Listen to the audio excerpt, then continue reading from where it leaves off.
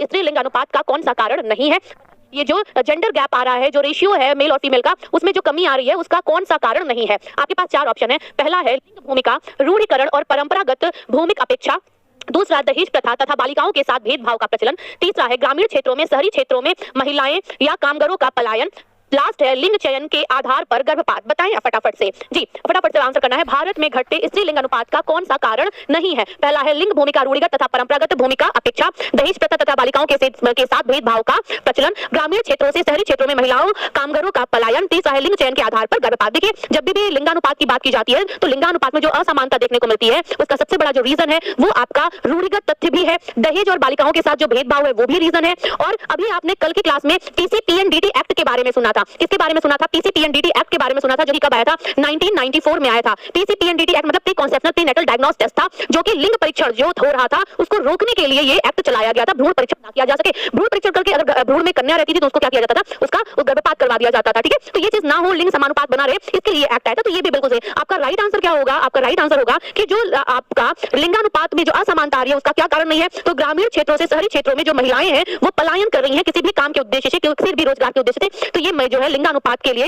नहीं। आंसर आपका क्या हो जाएगा? क्वेश्चन नंबर 1 का आंसर आपका हो जाएगा सी। ठीक है, बात समझ में आ गई होगी। चलिए, इसके बाद देखिए क्वेश्चन नंबर 2। क्वेश्चन नंबर 2 आपसे पूछा जा रहा है निम्नलिखित में से कोलेस्ट्रॉल का सर्वाधिक घनिष्ठ संबंध किससे है? बताइए, अगर कोलेस्ट्रॉल की बात की जा रही है तो उसका घनिष्ठ संबंध किससे है? आपके पास ऑप्शन में दूध है, दूध के साथ फल है, प्रोटीन है और वसा है। देखिए, आपको ये बात बहुत अच्छी तरीके से पता होगी कि जब हम लोग वसा का चैप्टर पढ़ते हैं तो हम कोलेस्ट्रॉल की बात करते हैं, हम फोटोस्ट्रॉल की बात करते हैं, अर्गोस्ट्रॉल की बात करते हैं। ये सब क्या है? वसा के व्युत्पन्न रूप ही है। तो कोलेस्ट्रॉल का संबंध किससे है? वसा से। आप सीधे बताएंगे कि वसा का व्युत्पन्न यानी कि ड्राइव्ड फॉर्म क्या है? कोलेस्ट्रॉल है। ठीक है, और इसे ये हमें कहां से मिलता है? ये हमें एनिमल सोर्स से मिलता है। आंसर आपका क्या हो जाएगा? आंसर आपका हो जाएगा डी। ठीक है, तो क्वेश्चन नंबर 2 का आंसर क्या हुआ? डी हुआ। आगे देखिए, क्वेश्चन नंबर हम 3 की बात करते हैं। क्वेश्चन नंबर जो 3 है वो आपसे पूछा जा रहा है विटामिन ए की कमी से प्रकट होने वाले सबसे पहला लक्षण निम्नलिखित में से कौन सा है? और ये क्वेश्चन आपने टीसीटी पीसी यानी होम साइंस में भी सॉल्व किया होगा। पूछा क्या जा रहा है? पूछा आपसे जा रहा है विटामिन ए की कमी से प्रकट होने वाला सबसे पहला लक्षण कौन सा है? आपका जीरोफ्लैथेमिया है, केराटोमलेशिया है, रतौंधी है या ऑस्टियोमलेशिया है। ये सारे के सारे जो है, जीरोफ्लैथेमिया ये क्या है? विटामिन ए की कमी से होने वाला रोग है। इसके साथ ही साथ ये जो आपका केराटोमलेशिया ये भी विटामिन ए की कमी से होने वाला रोग है। रतौंधी भी क्या है? विटामिन ए की कमी से ही होने वाला रोग है। और आपके पास जो ऑस्टियोमलेशिया है ये क्या है? ये विटामिन डी की कमी से होने वाला रोग है। किसकी कमी से? विटामिन डी की कमी से होने वाला। लेकिन अगर प्राथमिक पूछा जाए कि विटामिन ए की कमी से होने वाला प्राथमिक रोग कौन सा है तो आंसर क्या आएगा? रतौंधी आएगा। सबसे पहले रतौंधी होता है जिसको हम नाइट ब्लाइंडनेस कहते हैं, जिसको पर्पल विजन के नाम से भी जाना जाता है। ठीक है, आंसर क्या हो जाएगा? आपका सी हो जाएगा। नेक्स्ट देखिए, क्वेश्चन नंबर 4 पूछा जा रहा है परामर्शदाता की विशेषता होती है। परामर्शदाता कौन होता है? एक ऐसा व्यक्ति जो कि सामने वाले व्यक्ति से ज्यादा अनुभवी होगा, उसे ही हम क्या कहेंगे? परामर्शदाता कहेंगे। ठीक है, मतलब कोई एक व्यक्ति है जो कि कम अनुभवी है, उसको सलाह देने वाला, उसका परामर्श काउंसलिंग करने वाला व्यक्ति क्या कहलाता है? परामर्शदाता कहलाता है। परामर्शदाता की विशेषता क्या होगी? पहला सहानुभूति है, दूसरा आपका रुचिकर व्यक्तित्व है, तीसरा गोपनीयता बनाए रखना है और चौथा ये सभी। पहले तो ये समझिए ये परामर्श वगैरह होता क्या है। कई बार ऐसा होता है कि आप लोगों ने देखा भी होगा हॉस्पिटल में काउंसलर रखे जाते हैं। आजकल तो आपके एजुकेशन सिस्टम में भी बहुत सारे काउंसलर रखे हुए हैं। बच्चा मतलब मेडिकल के फील्ड में जाएगा, इंजीनियरिंग के फील्ड में जाएगा या फिर वो सिविल सर्वेंट की तैयारी करेगा, इसके लिए काउंसलिंग की जाती है बच्चे की। उससे पूछा जाता है कि तुम क्या करना चाहोगे। तुम अगर बच्चा कंफ्यूज है तो उसे कोई एक फील्ड उसे सजेस्ट की जाती है थ्रू काउंसलिंग। पेरेंट्स की काउंसलिंग भी होती है, सबकी होती है। ठीक है, आजकल ये ट्रेड में भी आ गया है। तो जो एक परामर्शदाता है जो ये काम कर रहा है उसको कौन कौन सी भूमिका होनी चाहिए? सहानुभूति भी होना चाहिए, बिल्कुल। जो उसका पेशेंट है, क्लाइंट है, उसके साथ सहानुभूति भी होनी चाहिए। जो परामर्श करता है या दाता है उसका जो व्यक्तित्व वो भी क्या हो? इंटरेस्टिंग हो, एकदम बोरिंग सा ना हो। और उसके अंदर एक एबिलिटी और हो, एक खासियत और हो कि जो भी बात क्लाइंट और परामर्शदाता के बीच हुई है वो गोपनीय हो। ऐसा ना हो कि वो बाहर जाकर के दूसरे लोगों को भी बताए। तो आंसर आपका क्या हो जाएगा? आंसर हो जाएगा डी यानी कि सभी। तो सीधे सीधे पूछा जा रहा है परामर्शदाता की विशेषताएं क्या हैं? आंसर आप क्या करेंगे? डी करेंगे यानी कि ये सभी करेंगे। ठीक है, इसके बाद देखिए क्वेश्चन नंबर 5। क्वेश्चन नंबर 5 आपसे पूछा जा रहा है चिकित्सीय परामर्श में सबसे मूल्यवान कौशल कौन सा है? अगर किसी भी पेशेंट का अगर क्या किया जा रहा है, काउंसलिंग की जा रही है, तो काउंसलर की कौन सी क्वालिटी सबसे जरूरी है? पहला है सुनना या अवलोकन करना, दूसरा प्रश्न पूछना, तीसरा सहानुभूति रखना, चौथा इनमें से कोई नहीं। देखिए, आपने ये स्टेटमेंट बहुत बार सुनी होगी कि एक अच्छा वक्ता वही होता है जो एक अच्छा श्रोता होता है। जब आप सुनोगे नहीं तो आप कभी भी अच्छा बोल नहीं पाओगे। तो जब भी बात परामर्श की होगी, गाइडिंग या काउंसलिंग की होती है, तो जो काउंसलर है उसे सबसे पहले क्या करना चाहिए? जो पेशेंट है उससे उसके मन की बात को उगलवाना चाहिए। वो जो भी बोल रहा है उसे ध्यान से सुनना चाहिए। सुनने के साथ साथ उसकी जो भी एक्टिविटी है, उसका जो बॉडी लैंग्वेज है, उसके बोलने का जो तरीका है, उसका जो आई कांटेक्ट वे है, इन सारी चीजों का क्या करना चाहिए? अवलोकन करना चाहिए। ये सारी चीजों को देख करके ही एक काउंसलर क्या कर सकता है? जो क्लाइंट है, जो पेशेंट है, उसकी बीमारी या उसका जो थॉट प्रोसेसिंग है उसको समझ सकेगा। आंसर क्या हो जाएगा? आपका ए हो जाएगा। ठीक है, नेक्स्ट देखिए क्वेश्चन नंबर आपका 6। ये क्वेश्चन नंबर आपका 5 था। क्वेश्चन नंबर 6 पूछा जा रहा है बुद्धि लब्धि निकालने का फॉर्मूला क्या है? आपको पता है जैसे ही बुद्धि लब्धि की बात आती है वहां पर क्या आता है? MA/CA गुणे 100। ये आपका क्या है? ये आपका बुद्धि लब्धि निकालने का फॉर्मूला होता है। मेंटल एज, फिर आपका क्रॉनिकल एज और गुणे 100। ठीक है, आंसर आपका क्या हो जाएगा? आंसर आपका ए हो जाएगा। आंसर आपका क्या हो जाएगा? ये डी हो गया क्वेश्चन नंबर 6 का।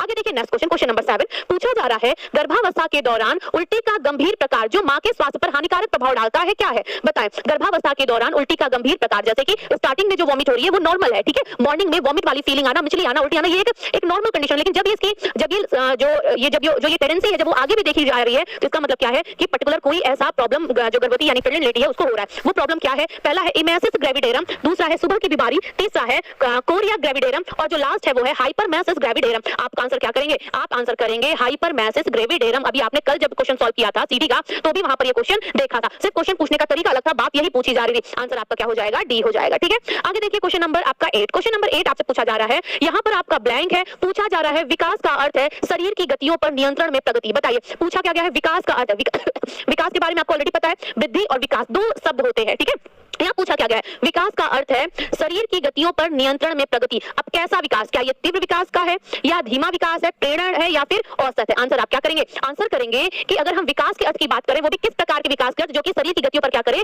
नियंत्रण में प्रगति करे, तो उसको क्या कहा जाएगा, उसको प्रेरण विकास कहा जाता है। उसको क्या कहा जाता है, उसको प्रेरण विकास के नाम से जाना जाता है। आपका आंसर क्या हो जाएगा, आपका आंसर हो जाएगा सी, ठीक है। नेक्स्ट क्वेश्चन देखिए, नेक्स्ट क्वेश्चन आपका है 9, पूछा जा रहा है आपसे बच्चों का विकास परिणाम है, किस बात का परिणाम है, पहला सिर्फ सीखने का परिणाम है, सिर्फ परिपक्वता का है, सिर्फ व्यक्तिगत विभिन्नताओं का है, सीखना और परिपक्वता का है। तब तक किसी भी बच्चे का डेवलपमेंट नहीं हो जाएगा जब तक कि उसके अंदर लर्निंग और मैच्योरिटी, जैसे जैसे व्यक्ति की लर्निंग होती है उसके अंदर मैच्योरिटी अपने आप ही क्या होती है, आने लगती है। आप बिना कुछ सीखे किसी भी काम में परिपक्व हो सकते हैं, नहीं हो सकते। तो लर्निंग जो है ना, आपके जैसे जैसे लर्निंग किसी भी व्यक्ति के अंदर या बच्चे के अंदर होगी उसके अंदर मैच्योरिटी क्या होती है, अपने आप ही डेवलप होने लगती है। तो बच्चे का विकास किसका परिणाम है, सीखने और परिपक्वता का परिणाम है। जैसे बच्चा क्या करेगा, बच्चे का विकास होगा, इसका मतलब कि उसकी लर्निंग हो रही है, लर्निंग होगी तो मैच्योरिटी अपने आप ही आ जाएगी। आंसर क्या हो जाएगा, डी हो जाएगा, ठीक है। आगे देखिए क्वेश्चन नंबर आपका 10, क्वेश्चन नंबर 10 पूछा जा रहा है निरंतर भग्नाशा की स्थिति में व्यक्ति के व्यक्तित्व पर क्या प्रभाव पड़ता है। भग्नाशा का मतलब समझ है, इंसान जो इंसान की इच्छाएं हैं वो पूरी ना हो, कुंठित हो जाना, ठीक है, मन का निराश हो जाना, यही क्या है, भग्नाशा है।